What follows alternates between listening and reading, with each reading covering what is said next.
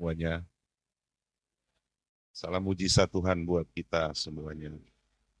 Terima kasih buat kesempatan yang diberikan oleh Bapak Ibu Gembala. Saya bukan penginjil, jadi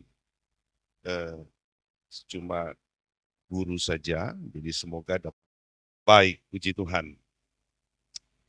Karena ulang tahun Bu Gembala, saya mau bicara bersyukur di jalan Tuhan. Mungkin bisa slide-nya ditampilkan. Ya, bersyukur di jalan Tuhan. Langsung saja, next kita lihat ayatnya. Sebagai dasar untuk firman Tuhan ini. Terpujilah Tuhan, hari demi hari, Ia menanggung bagi kita. Allah adalah keselamatan kita. Selah, puji Tuhan. Next. Konteks dari ayat ini, penulis kitab Mazmur merujuk kepada peristiwa kemenangan yang diberikan Allah ya, kepada orang Israel dalam kepemimpinan Daud. Nah, dasar kemenangan inilah kemudian ada arak-arak. Saya coba mempelajari tentang arak-arakan ini, jadi memang ini spektakuler. Nah, oleh karenanya kemenangan itu bisa terus. Itu perlu dirayakan. Di Indonesia, suku bangsa itu, perayaan arak-arakan itu beda-beda model. Ya. Kalau Tionghoa itu sangat terkenal sekali dengan arak-arakan, apalagi kalau baru lewat beberapa minggu yang lalu, yaitu Hari Raya Tepekong. Nah, kalau saudara pernah lihat itu, seperti itu yang menjadi bayangan kita tentang bagaimana arak-arakan kemenangan.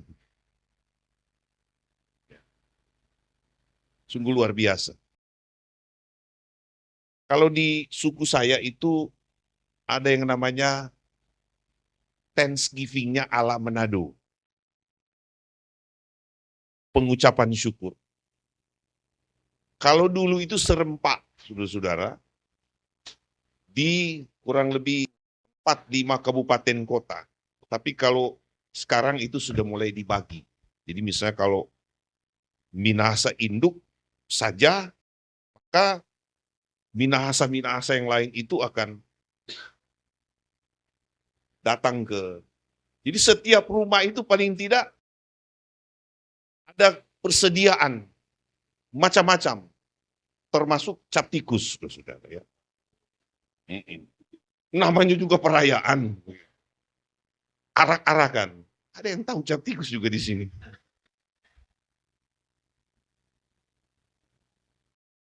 Karena menyinggung sedikit itu, saudara. Jadi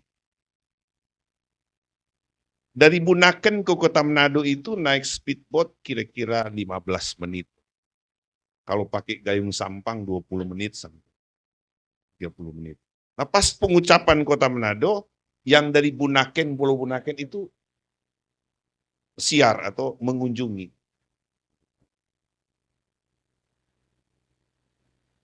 Jam 1 makan, itu sampai tengah malam. Sampai tengah malam. Luar biasa. Apalagi kalau sudah ada cap tikus itu. Waduh. Perayaannya lebih meriah. Saat bubar jam 1 malam, pulang. 6 pemuda naik perahu sambil dayung sampah. Jangan kamu. Di Manado itu, semakin tinggi itu, ragu rohani makin keluar. Itu. Ada yang sama sekali jarang nyanyi, tapi kalau kena itu, wah bisa satu album, saudara. Lagu rohani.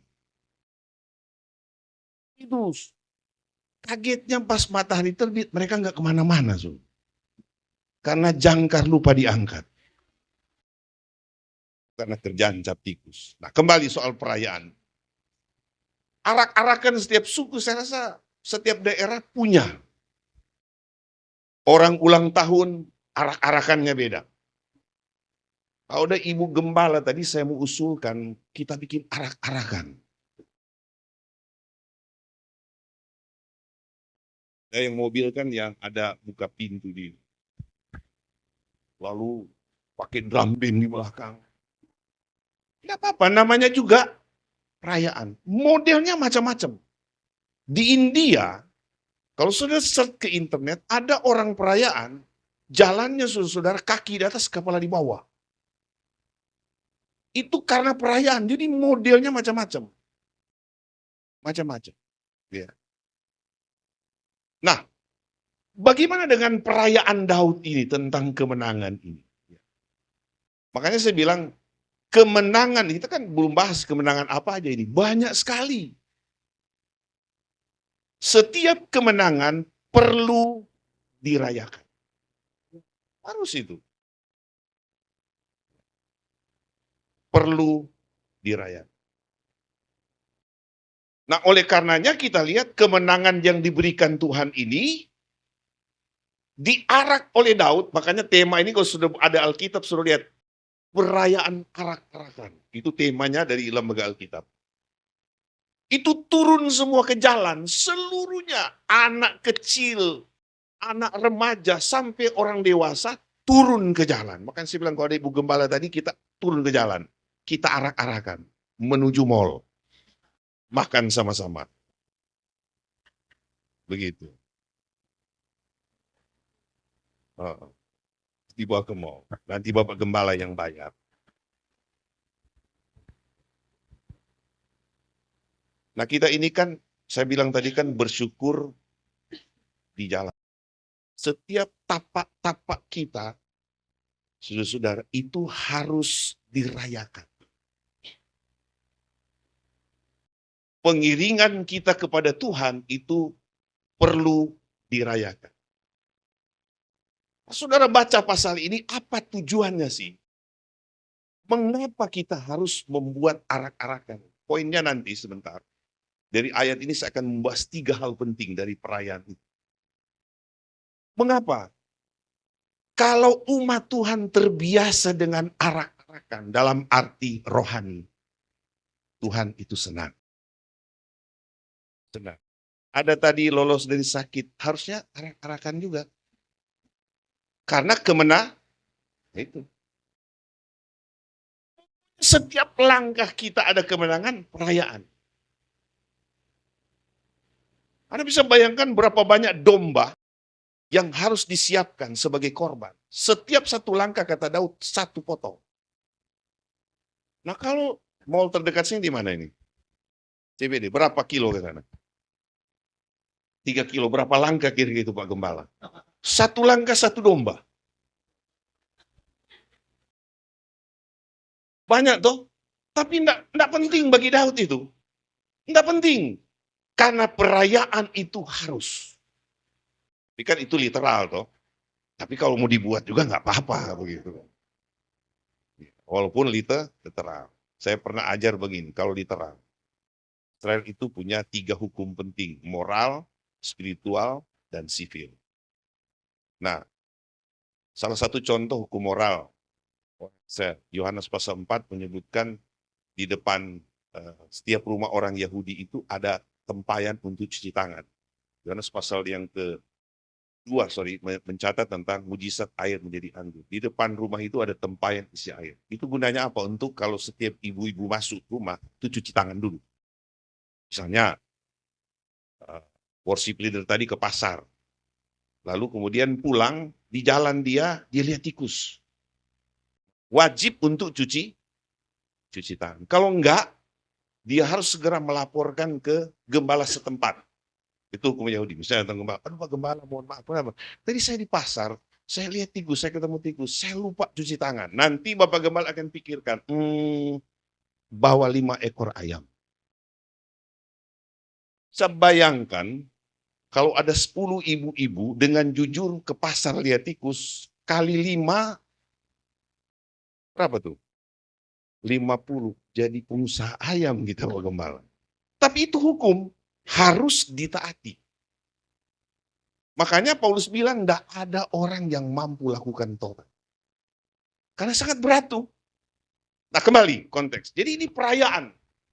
Setiap kemenangan itu harus dilihat. Kenapa? Karena ingin supaya Tuhan senang. Jadi menempatkan Tuhan di atas semua kemenangan kita hanya untuk Tuhan saja. Katakan amin. Mengapa? Semua yang kita tapaki ini campur tangan Tuhan itu besar. Nah, dari ayat ini dengan cepat kita akan melihat. Next. Ada 3 hal penting. Yang pertama, perhatikan ayat ini ada kata terpujilah Tuhan. Bagi orang Israel ini kalimat mujizat. Kalimat apa? Nah, mari kita olah. Teks Ibrani itu dari 2 suku kata. Halelu dan Yah. Kalau di Minahasa, kadang-kadang kalau sudah omak sekali salah cumu. Haleluya dia bilang halua. Ada yang makanan dari kacang dicampur gula merah. Namanya makanan halua. Oma bilang apa? Halua. Haleluya Oma. Nggak bisa karena sudah ompong. Halua.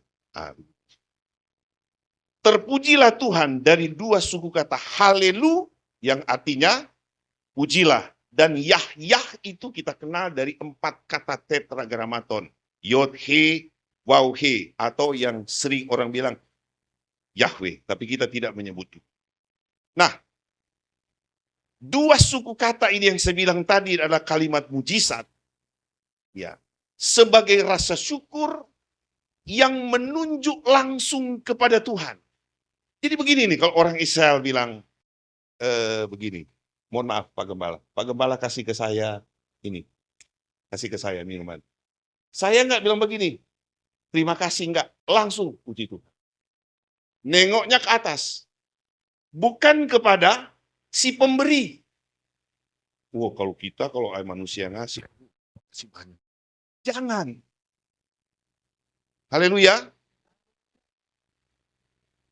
Jadi ketika mereka berkata terima kasih atau pujilah Tuhan atau haleluya, rasa syukur ini langsung tunjukkan kepada Tuhan yang pertama-tama, yang harus ditinggikan sebab perbuatannya ajaib. Bukan kepada siapapun, bukan kepada manusia, tapi yang pertama, makanya kalau kita bersaksi, udah betul tadi kesaksiannya, bersyukur kepada Tuhan. Jangan kemudian kita bilang, aduh terima kasih Bapak Gembala. Boleh berterima kasih, tapi yang pertama, haleluya atau pujilah Tuhan itu, atau rasa syukur itu, yang pertama terima itu adalah Tuhan. Kasih tepuk tangan dong. Next kita lihat. Bagi orang Yahudi, next. Ketika mereka berkata, terpujilah Tuhan, ini bagian kedua, menunjuk kepada rasa syukur kepada Allah sebab didasarkan kepada 3 hal penting. Karena Dia Maha Tahu, ya. Dia itu Maha Ada, dan Dia itu Maha Kuat. Ketiga hal ini, ya betul, itu ada di dalam Yesus. Makanya ketika Paulus berkata seluruh kepenuhan Allah ada di dalam Yesus, yang dimaksud Paulus tentang seluruh kepenuhan Allah itu dalam Yesus, itu dia tadi. Dia Maha Ada, Dia Maha Tahu, dan Dia Maha Kuat. Itu di dalam Yesus. Ini kita mau bahas. Maka saudara, kita adalah umat yang ditebus Tuhan. Pada waktu kita terima Yesus, maka keberadaan itu dapat kita alami dalam hidup ini karena di dalam Yesus. Jadi orang Israel kita bilang, pujilah Tuhan. itu menunjuk kepada tiga eksistensi Allah. Maha tahu, maha ada, dan dia maha. Amin. Kita lihat yang pertama. Bahas-bahas sedikit. Allah maha tahu. Itu disebut dengan omniscience. Next. Sebab sebelum lidahku mengeluarkan perkataan, sesungguhnya semua telah kau ketahui. Iya Tuhan. Amin, saudara. Dia maha tahu. Saya cuma tahu Bapak Ibu pakai baju apa.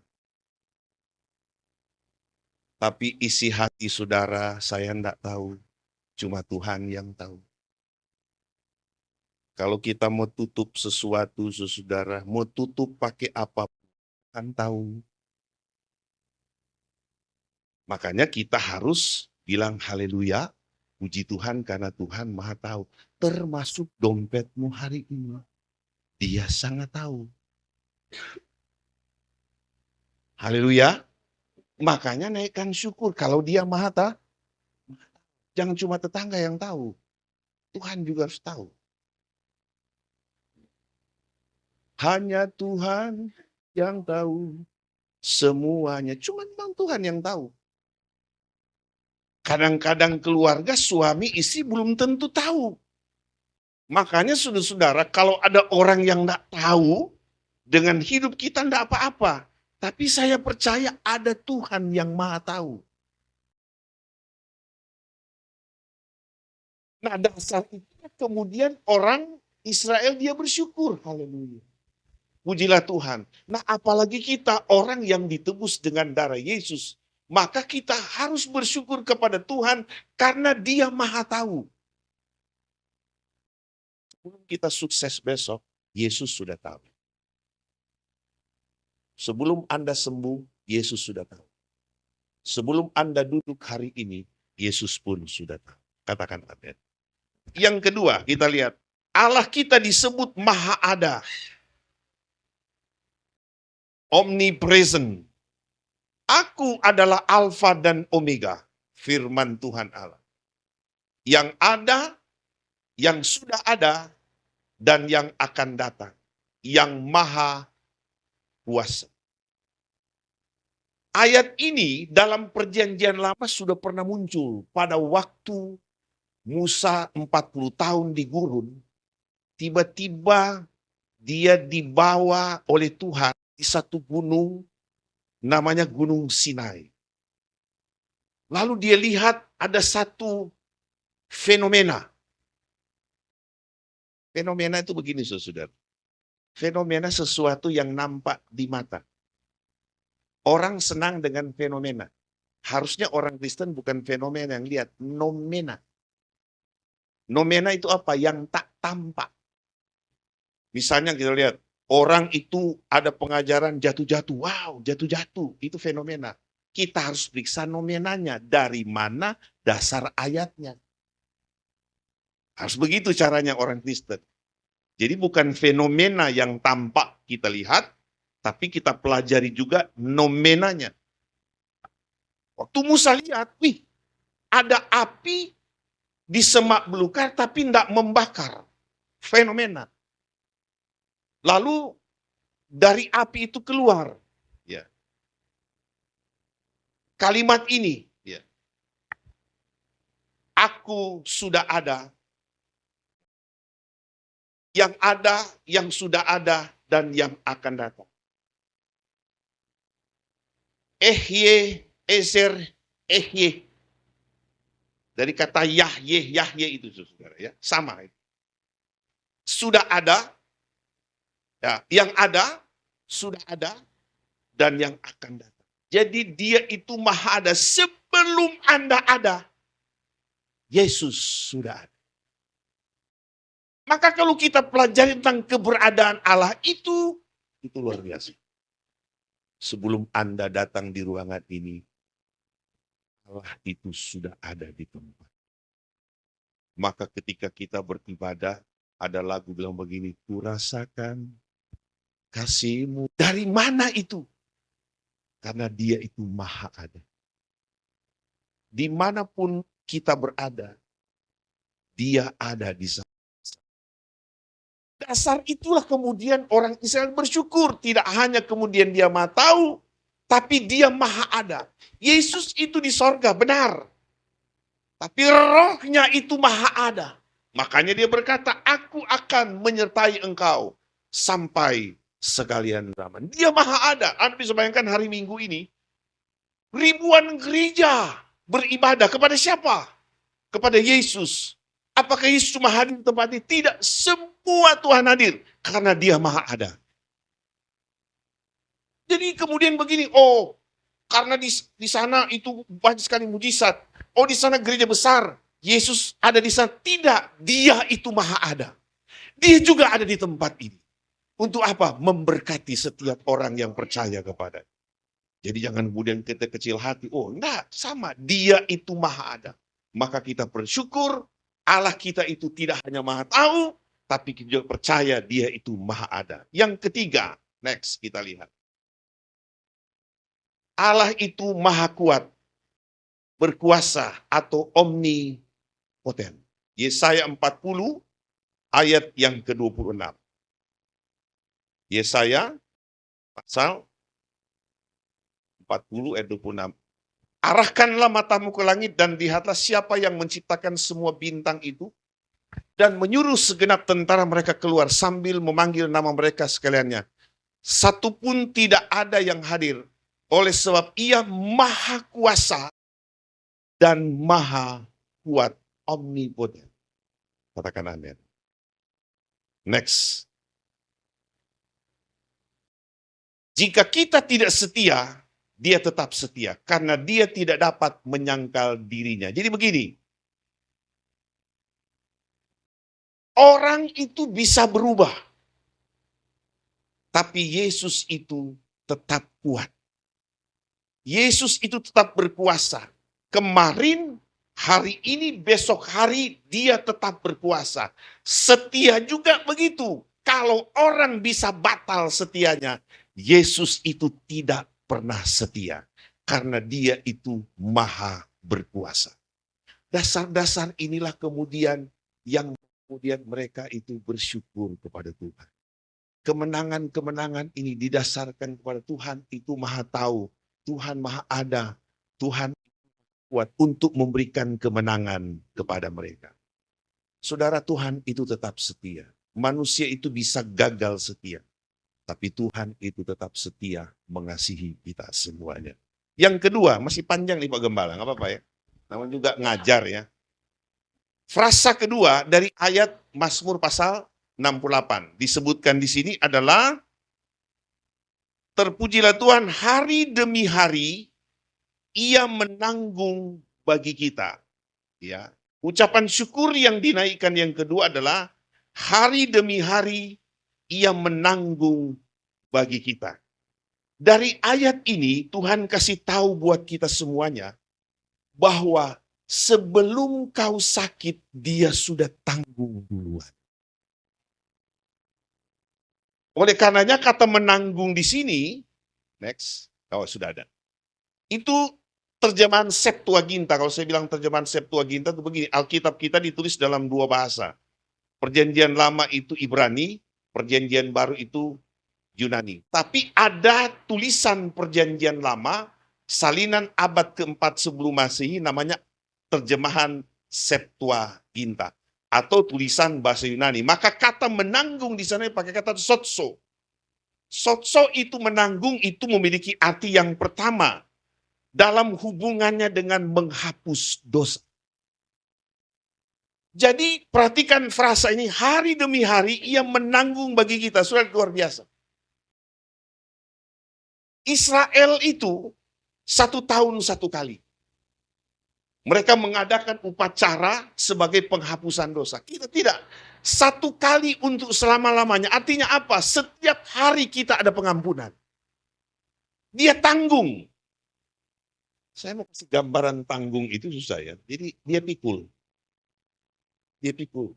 Jadi bebanmu itu Tuhan sudah tanggung. Tuhan sudah pikul, saudara.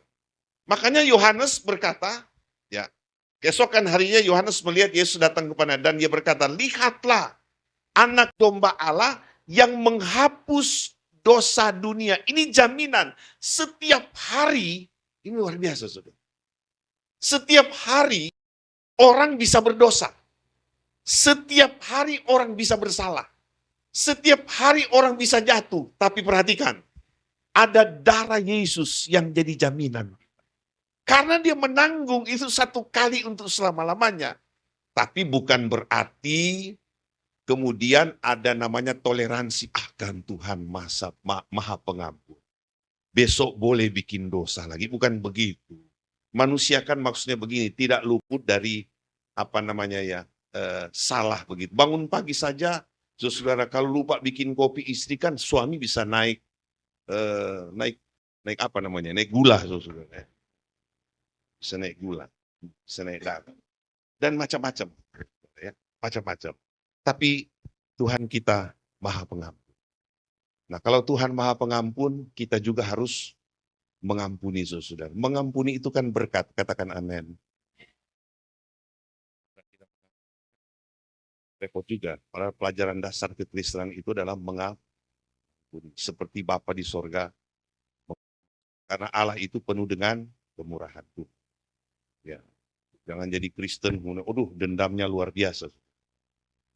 Ya, saya bilang mengampuni itu mujizat. Saya ada pengalaman seorang hamba Tuhan sangat senior, sakit dan sudah diambang kematian. Lalu kemudian ditanya di hari-hari terakhir, Nur perlu didoakan? Oh, sangat perlu. Boleh nggak saya hadirkan si ini? Ini musuh bebuyutan. Jika dia legowo, maka dihadir. Sudah lihat mujizat terjadi. Tuhan perpanjang umur. Orang Kristen harus mengampuni. Karena Tuhan itu maha pengampun. Ada sebuah sampling, saudara ya. Ada satu rumah tangga suami istri ini berantem. Biasa kalau orang Kristen begitu, saya gembala sudah mau 25 tahun sedikit lagi, tahun depan 25 tahun jadi gembala, biasa menghadapi pertengkaran rumah tangga. Dan biasanya dia gembala, kita ke gembala, gitu. Jadi menghadap gembala. Kalau gitu-gitu, sekali mereka datang ke gembala. Jadi saling mempersalahkan. Ya. Akhirnya damai sesudah dia sudah pulang. Lalu dibawa ke psikolog. Psikolog dia di beberapa waktu lalu jam alat lah begitu ya. Oksigen. Lalu uap di situ saudara. Uap itu dicampur roti. Dilempar sama kucingnya mati. Ternyata ibu ini sakit hati dengan suaminya. Gak boleh sakit-sakit hati ya. Itu apa Alkitab bilang?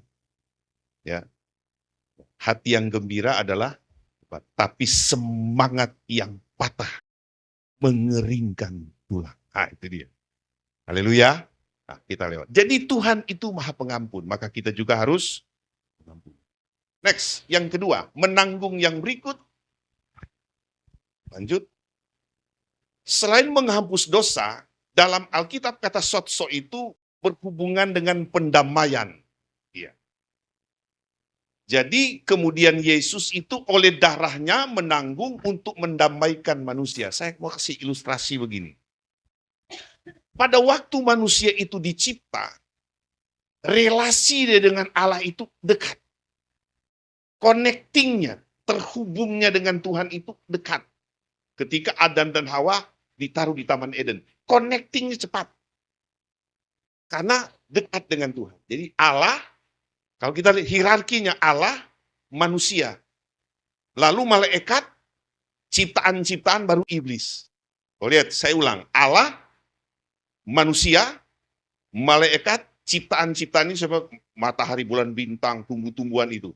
Baru terakhir adalah iblis.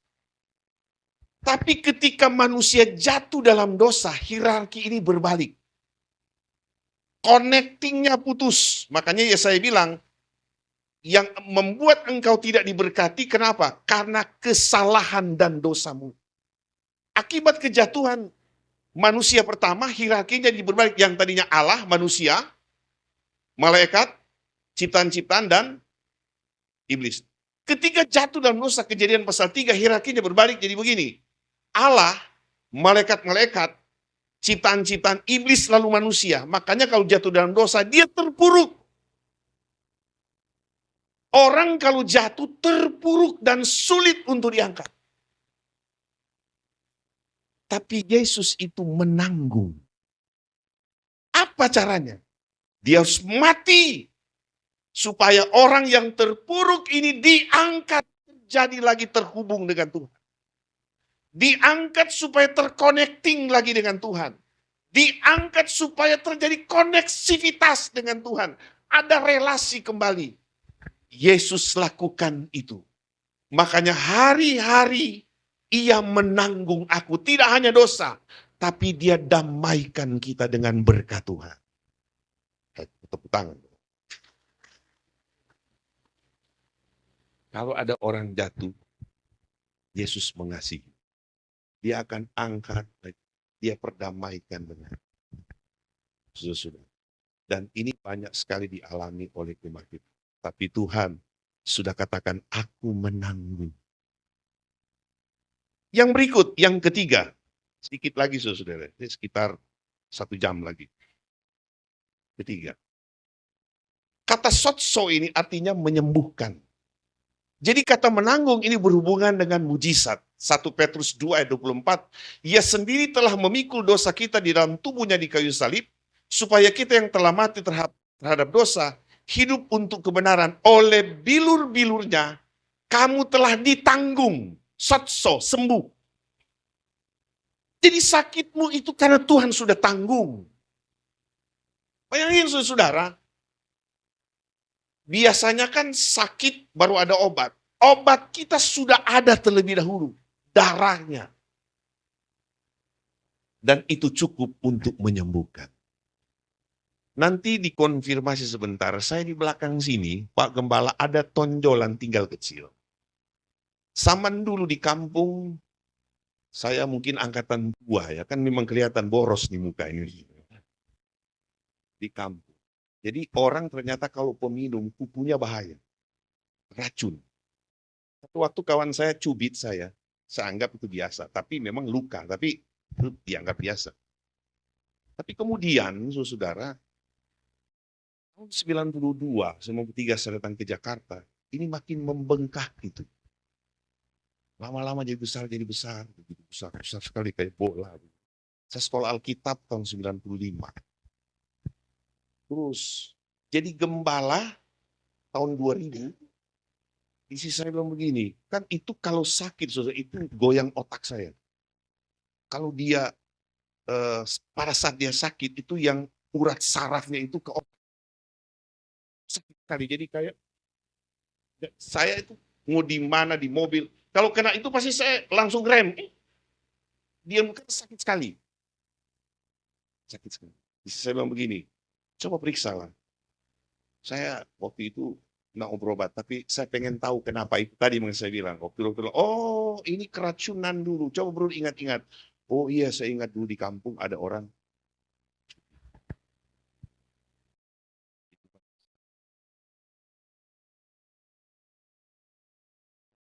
Jamuan Tuhan. Tidak hanya jemaat yang berdoa supaya sembuh, saya juga. Mari kita angkat gelas di tangan kami. Saya juga berdoa dalam hati Tuhan. Jamah saya punya sakit. Begitu selesai bagi-bagi anggur, saya berbalik ke mimbar. Nah, saya itu dari zaman dahulu jarang pakai baju warna lain. Putih saja. Karena pada balik, isi bilang, kenapa kamu punya belakang itu jadi hitam? Dan ruangan itu, saudara, ruangan ibadah sangat besar. Cuma 8 kali 10 itu langsung berbau busuk. Ternyata pecah, saudara. Begitu saya pegang. Kalau saya itu bisa alami, nah dia telah menanggung sakit. Layak naikkan syukur. Yang keempat, kata sotso ini, kata menanggung ini, yang keempat itu berhubungan dengan menanggung beban pikulan. Sekali lagi Paulus berkata, segala perkara dapat kutanggung di dalam Dia yang memberi kekuatan. Saya jelaskan sedikit, nggak apa-apa ya. Pada waktu Paulus di Roma, dia tuh punya 2 keluarga negara. Satu Yahudi, satu Roma. Sebagai warga negara Roma, layak untuk didampingi pengacara. Jadi kenapa? Karena kalau kita baca kisah itu, Paulus naik banding. Dia ditangkap di penjara, sampai ke Roma, dia ingin banding ke raja. Raja waktu itu Nero. Kalau Anda baca buku, judulnya Alpha dan Omega yang kemudian disalin atau ditulis kembali oleh Ellen G. White, pemimpin Advent. Saya bukan pengagum dia, tapi bukunya dia salin dari sebuah tokoh. Zaman itu, orang lebih baik mati daripada melihat Nero. Makanya jarang ada nama orang dikasih nama Nero. Biasanya ke gugup, saudara. Nero ini sadis, saudara. Mamanya, saudara nanti baca bukunya, atau nonton serial tentang The Romans, atau Roma. Mak, berlibur dulu. Ya, pinggir pantai, danau, sama jalan mama. Begitu di tengah danau, tenggelam mamanya. Kenapa? Dia taruh batu berat. Coba lihat. Kedua, istrinya lagi bercanda mandi sudah di pancuran, mungkin ada genangan air. Dia apa namanya?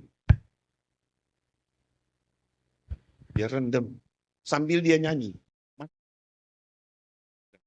Kejam sekali Nero. Kejam sekali. Luar biasa kejam sekali. Dan tentang waktu Roma, Anda pernah baca, orang Kristen itu ditangkap-tangkap, dijadikan tiang listrik penerang di kota Roma. Jadi saya lihat orang Kristen dibakar jadi penerang kota Roma. Karena dituduh membakar kota Roma, lalu orang-orang Kristen ditangkap, disulahkan di jalan raya jadi penerang. Padahal yang bakar itu kota Roma adalah Nero. Nah, pada waktu Paulus masuk di persidangan terakhir, final, dia didampingi oleh 30 pengacara. Karena warga negara Roma, dia Yahudi, Roma itu. Hadir Nero, nah lebih baik mati daripada lihat Nero. Begitu kejam, luar biasa. Tapi lihat, Paulus tidak butuh 30 pengacara. Tapi Paulus bilang begini, segala perkara dapat kutanggung di dalam Dia. Sotso yang memberi kekuatan. Ayat ini kemudian dipopulerkan oleh siapa? Evander Holyfield. Pada waktu lawan Mike Tyson. Mike Tyson ditakuti, tapi datanglah si Holyfield. Bukan karena Holyfieldnya, tapi dia percaya ada kekuatan yang telah menanggung beban. Saudara, kalau kita ada beban, boleh-boleh saja. Tapi ingat, bebanmu itu sudah ditanggung oleh Tuhan. Maka perlu naikkan syukur kepada Tuhan. Yang terakhir, nah ini benar-benar terakhir. Jadi kan ada 3, frasa terakhir. Kan frasa pertama, terpujilah. Frasa kedua, hari-hari engkau menanggung. Yang terakhir, Allah adalah keselamatan kita. Selah. Nah, penulis Mazmur ini, atau Mazmur 68 ini, penulisnya adalah Daud.